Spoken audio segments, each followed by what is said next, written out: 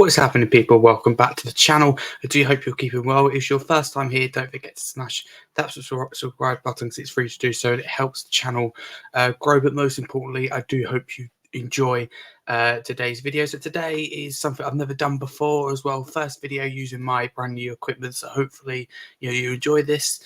So it is a halfway point Spurs season review so far. So I think we can all agree that we've got the right man in Ange Postecoglou and we're on the right path, and hopefully that is success. I think Ange gets it. He gets what the fans want. I give credit to him because he's come in to Tottenham Hotspur. Completely different style. These players haven't played. Some weren't here under Pochettino. There's only a few players left that were here under Pochettino. Been used that negative, pragmatic style. Low block, get behind the ball. So to come in and to get Tottenham Hotspur perform this early on in the season for me has really impressed me. From game one, he's done this as well. So credit to him. I think he's a breath of fresh air. He gets it. And I think. Even if you're not a Tottenham Hotspur fan, I think he's a very, very likable guy. I think the recruitment was excellent in the summer. Again, whether you like Daniel Levy or not, I think we can all kind of admit here and go. Vicario, absolute steal. 17 million.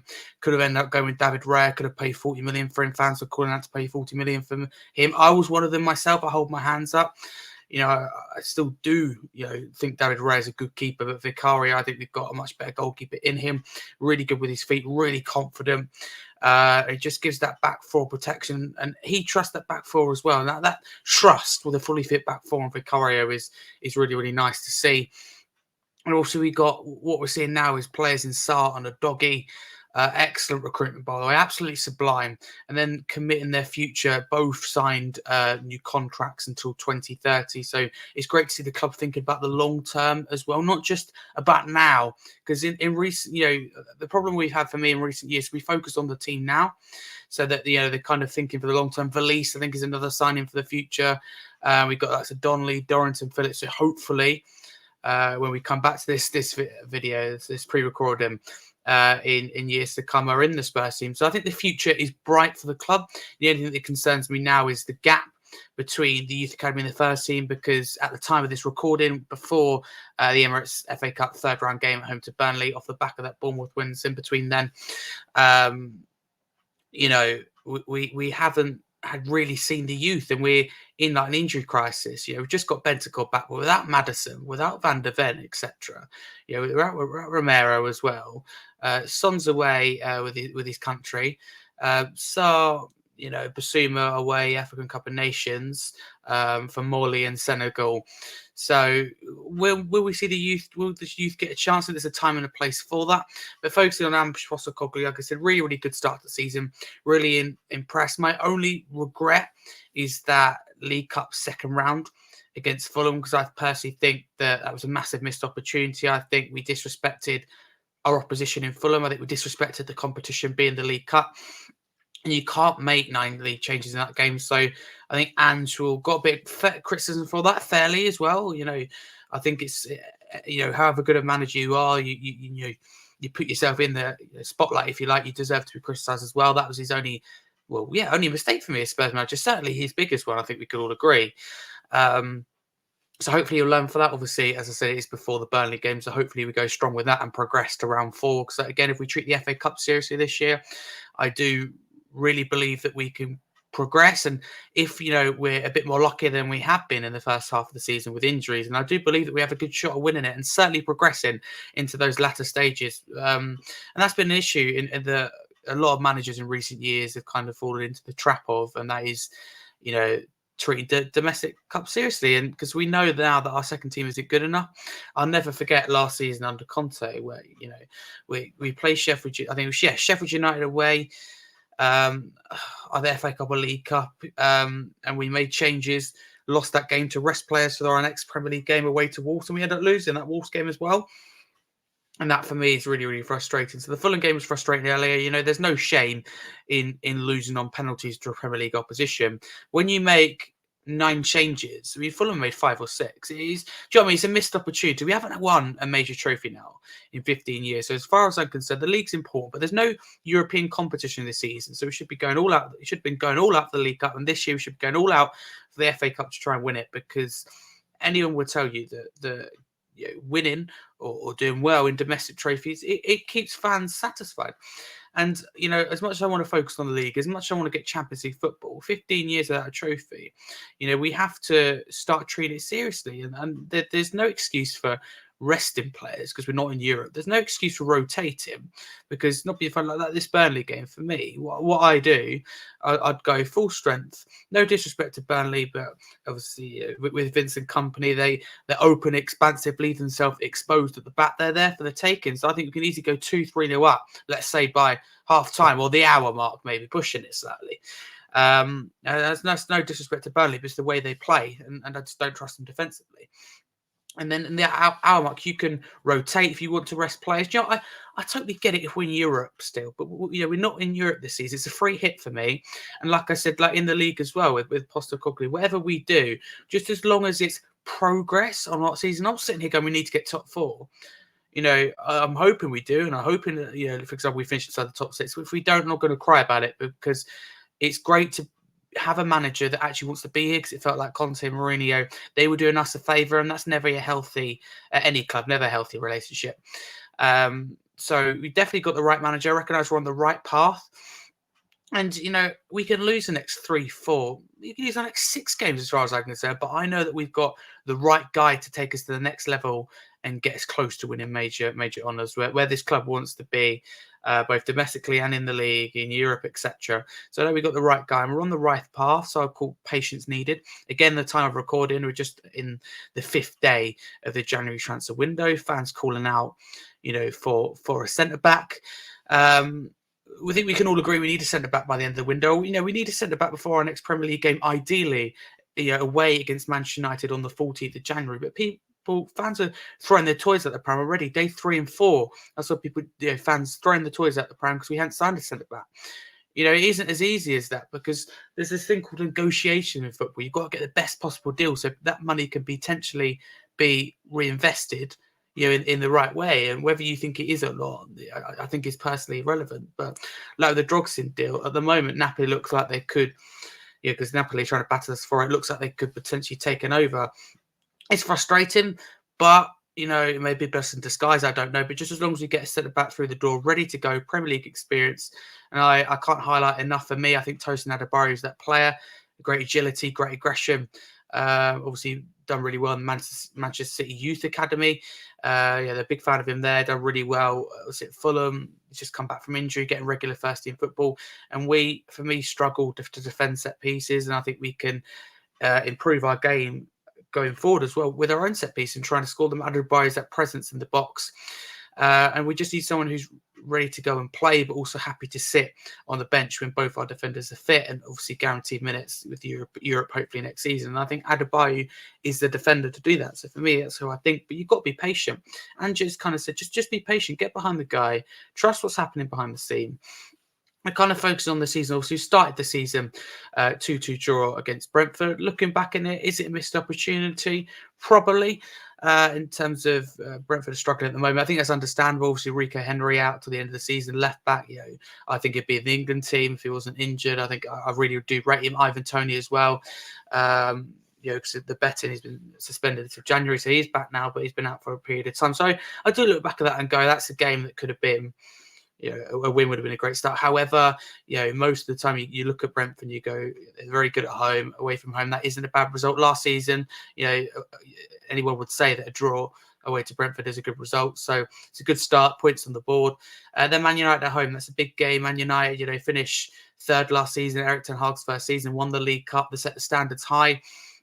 We'll obviously go and beat them 2-0. I believe Davis comes off the bench and scores. Sarr, I think, scores the first goal. So that was a great win. Perfect first game for Ange Postecoglou, one that he will certainly remember. So as far as I'm concerned, it was a good start. 4 points for 2 games. And I think, any of us fans would have taken that at the start of the season, because people were discussing, will we get relegated, etc. Because when you lose, see what I've really been impressed with, how Ange Postecoglou's coped with losing, his best player and our best player in Harry Kane. We saw him, Mourinho and Conte, when Kane was out through injury. They didn't like it. They admitted that he's irreplaceable and just got on with the job. I've just been really, really impressed with how he's handled that. And a lot of people doubted Tottenham Hotspur, doubted Ange Postecoglou. I think he's got us all. I wasn't for the appointment. I've got to be honest. I would have liked Nagelsmann, Pochettino. I'm not afraid to admit that. I could hold my hands up and go, I'm wrong. That's credit to Ange for. It's not the first time he's done it in his career. Done it at Celtic as well. Completely transformed the fans and what he's done in a short period of time. It's a feel good factor around the club. Players are playing with a smile on the faces. There's that vibe that's back. We're playing well. We're doing well, and I hope this continues. Next game. Third game of the season away to Bournemouth. Obviously, they made that decision to sack Gary O'Neill. Obviously, doing really well at Wolves now. To point Iraola because they really liked him. And at the time, it was that transition period between O'Neill and Iraola. They weren't great. We got a 2-0 win. Not our best performance, but 3 points is 3 points. Obviously, it looks like now Bournemouth have got the right manager in Iraola. He's a contender for manager of the month for December. In my opinion, Percy deserves that. I think he's done really, really well. Then we have the League Cup second round against Fulham, as we discussed, which at the time felt like a real down on the season. But like I said, there is no shame going out to Premier League opposition on penalties at all. It's just when you make 9 changes, it feels like a missed opportunity. But I'm hoping Ange will learn from that. Obviously, then we have Burnley away, Vincent Kompany, newly promoted side. Burnley played with lots of energy. I believe they might have even taken the lead, but in the end, we did win 5-2. Maybe alarms defensively. We can see 2 goals to Burnley, but again, 3 points is 3 points. Very good victory. Sheffield United at home, never going to be easy. Paul Heckingbottom's side that he took up from the Championship to the Premier League. Obviously play with a low block, and the real question that we kind of are asking ourselves going into the game: can we break down a low block? We've proven we can do it against teams like Burnley and Bournemouth, who will come out and play you. Man United come out and play you. Brentford, who will come out and play you. Can we do it against Sheffield United? And it was one of those games that was really, really frustrating, right? Sheffield United took the lead. They sat on it, etc. Like, oh, here we go. It's going to be our first loss of the season. Obviously, there's 10 minutes of added time, which you get this season with lots of injury time. I don't know what I think of it, but in this case, I absolutely take it. 98, Richarlison comes off the bench, 98th minute, scores the equaliser. You think, 2 drop points in there if you look at it in a bigger picture, but we still keep the unbeaten run going, and we still managed to score against the low box. It was good feelings at the time. Then in the 98th, the 100th minute, Dejan Kulusevski scores. Flecken absolutely rooted to the spot. Not Flecken. Thornton absolutely rooted to the spot. Excellent goal that I wasn't there, but the limbs inside the stadium that we saw was absolutely incredible. And although it was frustrating, although I think we made it hard for ourselves at times, and Sheffield United had a fully fit team, we probably should be beating them by more. But again, a win is a win, and that never die, kind of never give up attitude is for me what separates this team from any other team, and that's what makes me think that you can go places not only now but in the future. So that, I think, was a bigger result than people think, especially with the North London derby being the next game, which we're going to get onto now. North London derby at the Emirates. You had AFTV, etc. Load of people, pundits like Paul Merson go, if Tottenham play their football, they get spanked by Arsenal. We go and get a point there, and maybe deserve more, because Arsenal's 2 goals came from their own goal, deflection by Christian Romero. Poor from him, maybe. Unlucky, definitely. And a penalty by Bukayo Saka. I'm still not sure it's a penalty, but it's what it is. It's a well-deserved point. And another, next season, can we go and get 3 points? But overall, I think that is a really good result. And again, just shows how far we've come in a short period of time.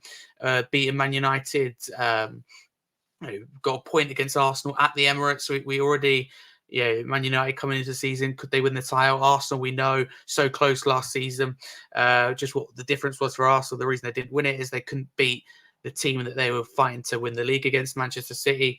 And they'd already beaten them this season. So it was right, Arsenal were really, really serious this year. Perhaps this is the year. So to get a point there, for me, it was a massive result. Then we have Liverpool at home. Again, huge title challenges going. They've had a really, really key summer. They brought in midfielders, that's Soboslai, and McAllister, completely transformed that midfield. It's massively needed, but they've done that. Darwin Núñez, etc. So it's a really, really strong Liverpool side and still to this day, as we're the recording of the podcast, very, very strong title contenders, actually top of the league as well. We beat them 2-1, and which was a really, really controversial game where Liverpool ended the game with 9 men. Goal disallowed by Luis Diaz, which later revealed it should have been onside, etc. Did we ride our luck? Yes. Did the decisions go in our favour? Yes, but they haven't always in recent years against Liverpool. But again, 3 points is 3 points. I take it and move on. It's still a massive result. We still showed heart, that never give up attitude to score so late from that Joel Matip own goal as well. I think it was at the 96th, 97th minute. So, as far as I'm concerned, Liverpool defended really, really well with 9 men and they'll feel hard done by, etc. And rightly so. But for us, 3 points is 3 points. And that was a real spirited performance. Then we play Luton Town away. Obviously, Luton, it was a bit of a miracle to see them come to the Premier League. I think their story is quite inspirational and quite amazing, really, from the National League, etc., what they've kind of achieved. But, we know with the newly promoted team, if they're going to stay up, the home form's crucial. Luton at the time, the home form wasn't great, but we knew that it'd be tough, low block, etc. So it wasn't going to be easy for us. We did win the game 1-0 again, keeping that unbeaten form going. But it was hard for us because just before half-time, Basuma got a red card, 2 yellow cards, one for diving and then one for a foul, rightly sent off. Could have cost the team a game. 52nd minute, second half, Van der Ven scores an amazing header and we managed to hold on. Again, did we ride our luck? Yes, but a win is a win. And, teams that go on to win things. And what separates the good teams from the best teams is they always find a way to win when they don't deserve it. Look at Manchester City over the years, Liverpool, etc. They always find a way. And this Tottenham team at this period of time were just finding a way to get over the line. And that Luton, respect that Luton, like 12 shots, etc., 5 on target, 52% possession in the end.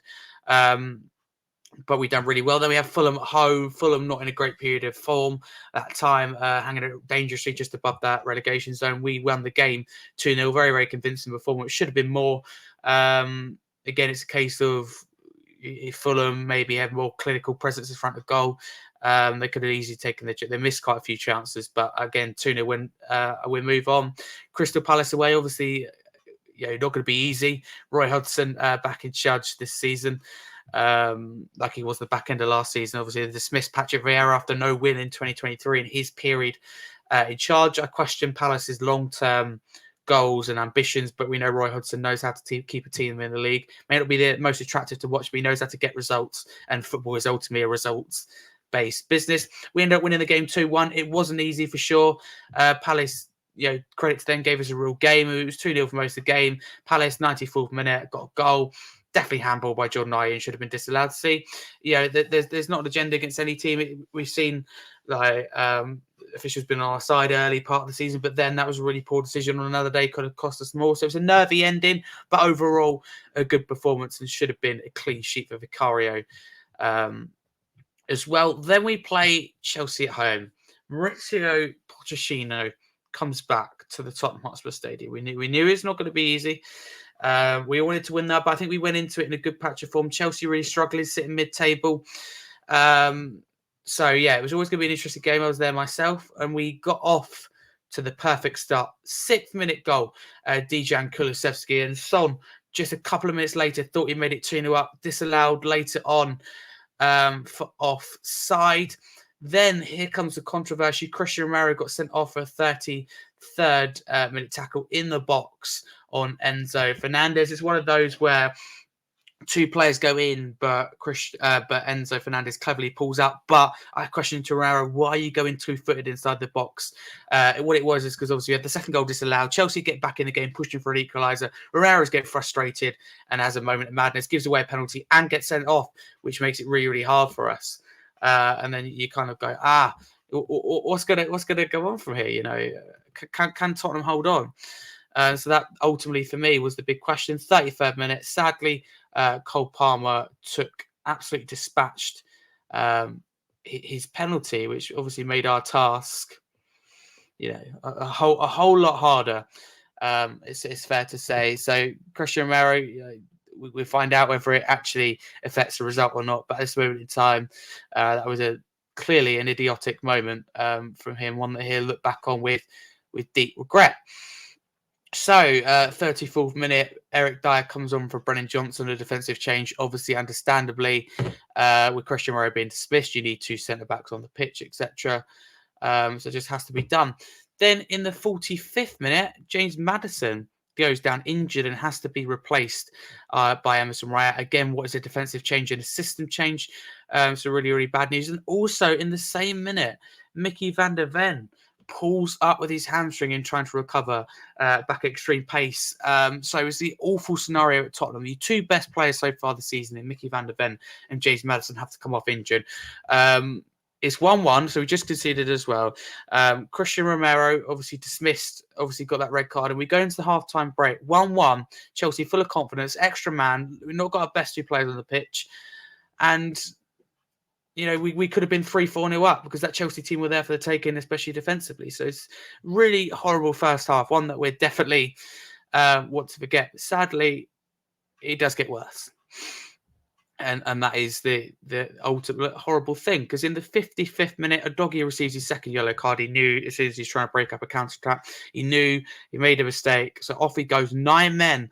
The task for Tottenham just gets harder. Without their two best players, two less players on the pitch, this Chelsea team, all of a sudden, the confidence comes. So we made it really, really difficult for ourselves. Skip comes on 61st minute for Dejan Kulusevski. Again, a defensive change.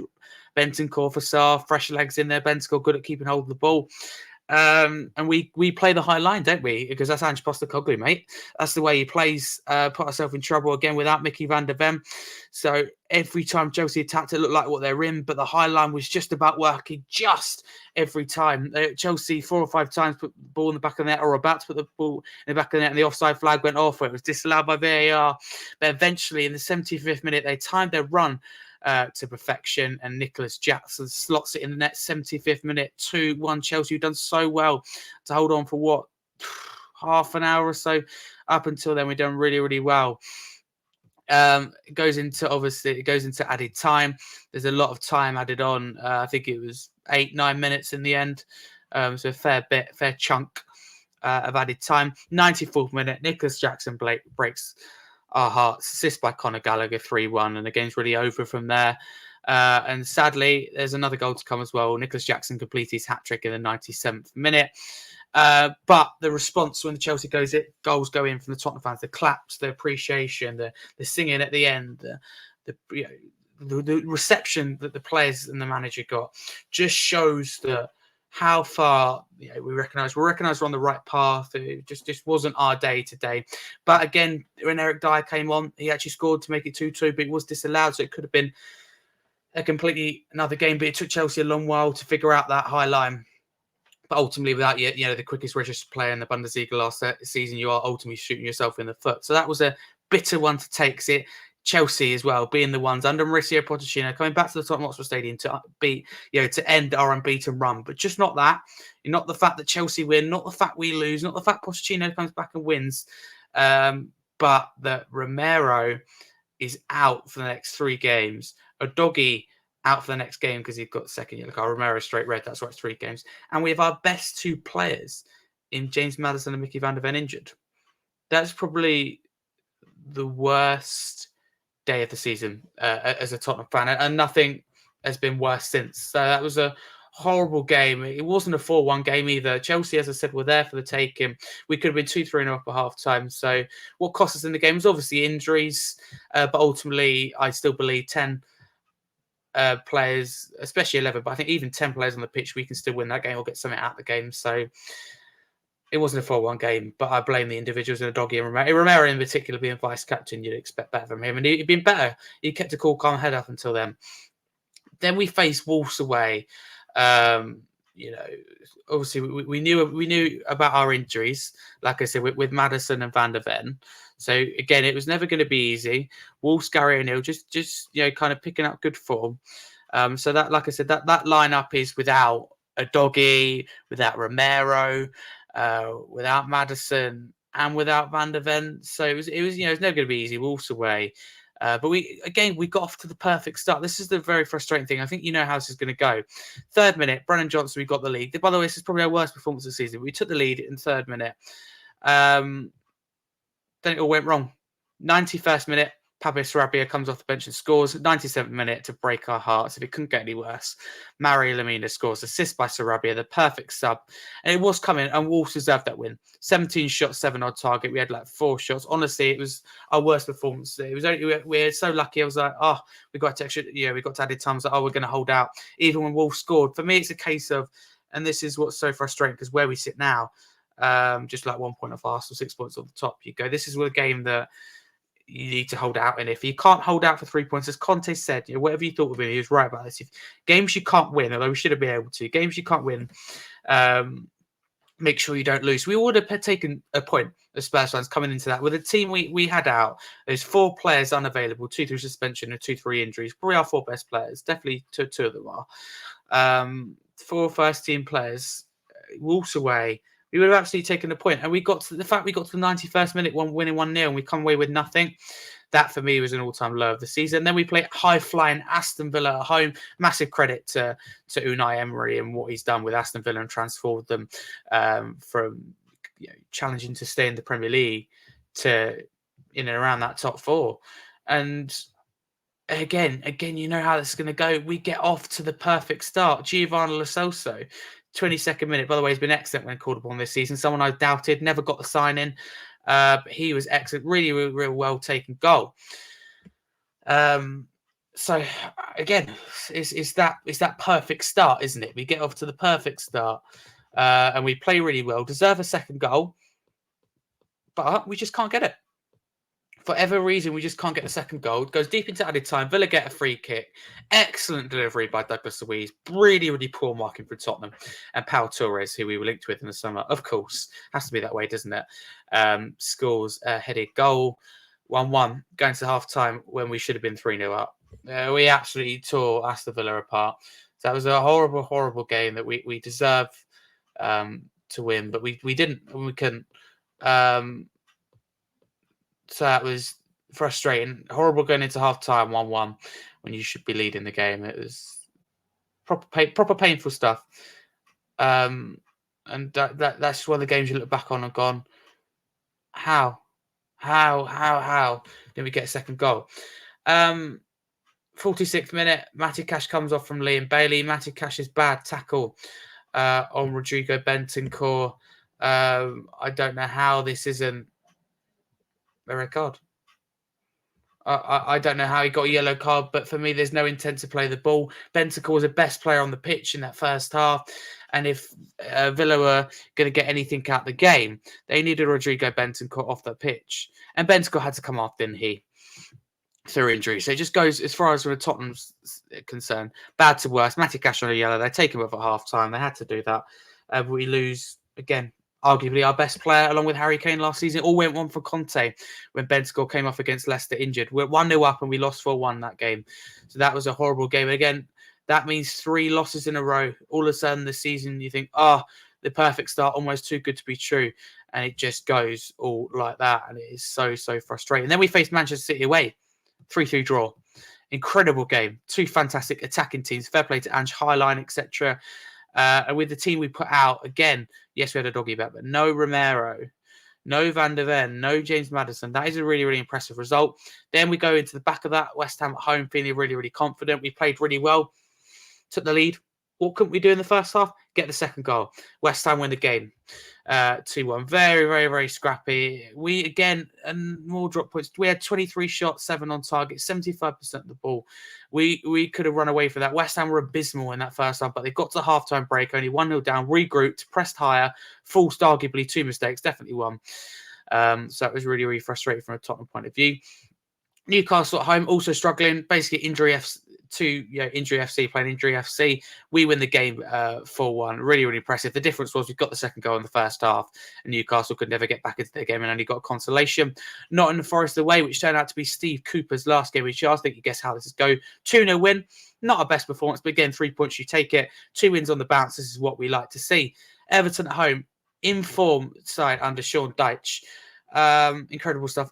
on the back of that, they won 4 Premier League games in a row. The Premier League's most informed team. Really, really impressed with them. And if they hadn't had their points deduction, they find themselves inside the top 8. It'd be really hard done by, so I love the togetherness, and that's credit to Sean Dyche. Top manager, never got the respect he deserves. So we won that game 2-1, which is a really big win. 3 wins on the bounce. So we go into that Brighton game, a team that have done well in Europe, but they clearly can't balance Europe and the league. They sit 9th in the league coming into this. We go into it with confidence, but Brighton made a statement win. What do they get? They get a statement win. They win the game 4-2. We were 4-0 down at one point, so we showed an amazing fight towards the end to bring it back. And we hit the post, we hit the bar. Very unlucky. It's one of those games where we could have lost 5-0, but we also could have got a point at the game. So I was proud of the way that the team come back, and that's what makes me think this team could go far and separates it from the rest, as I said earlier. And then we faced the Premier League's most informed team, because obviously Everton lost 3 in a row in the Premier League. So Bournemouth's most informed team in the league. They, under Iriola, really turned the corner. Like I said, when we played them earlier, the vitality, there was that transition period. Iriola's really got them playing. And they were excellent when we went into that game. So they got 21 points out of their last 24 available coming into that game. We beat them 3-1, and it was a very, very good performance against a good Bournemouth team. So, we rode our luck against Everton, etc. Brighton we lost, but Bournemouth was really, really good. And that kind of brings us up to date so far. We're over the halfway point. And then, as I said, obviously, when you'll be seeing this, it will be after the Emirates FA Cup 3rd round game. So hopefully we get through to that and we can kind of go, we're in 5th place, 1 point off Arsenal, only 6 points off the top. We've spent pretty much the majority of the season, if not all of it, without our 2 best players in Maddison and Van der Ven. I'm beyond impressed. And if we treat the FA Cup seriously, like I said, I really think we can progress. But give me your thoughts, because we're always interested to get your thoughts on the channel. I've said my little piece, half an hour or so. Let me know in the comments below your thoughts of the season so far, your favourite moment. Mine's got being there myself, the limbs against Liverpool, Matip's own goal, deep into added time, the 97th minute, because you just didn't think we were going to get it. We thought it would be 2 drop points. So to win the game, that was probably the best feeling I've had all season. But yeah, let me know in the comments below. But if you're new to the channel, don't forget to smash that subscribe button. It'd be massively appreciated. It is free to do so. Check out all the content at the channel. Turn notifications bell on. Your #1 place for Tottenham transfer news updates. More content like this. So let me know if you did enjoy it in the comments below. But most importantly, up the Spurs. Let's hope we beat Burnley. Fingers crossed. Don't want another upset.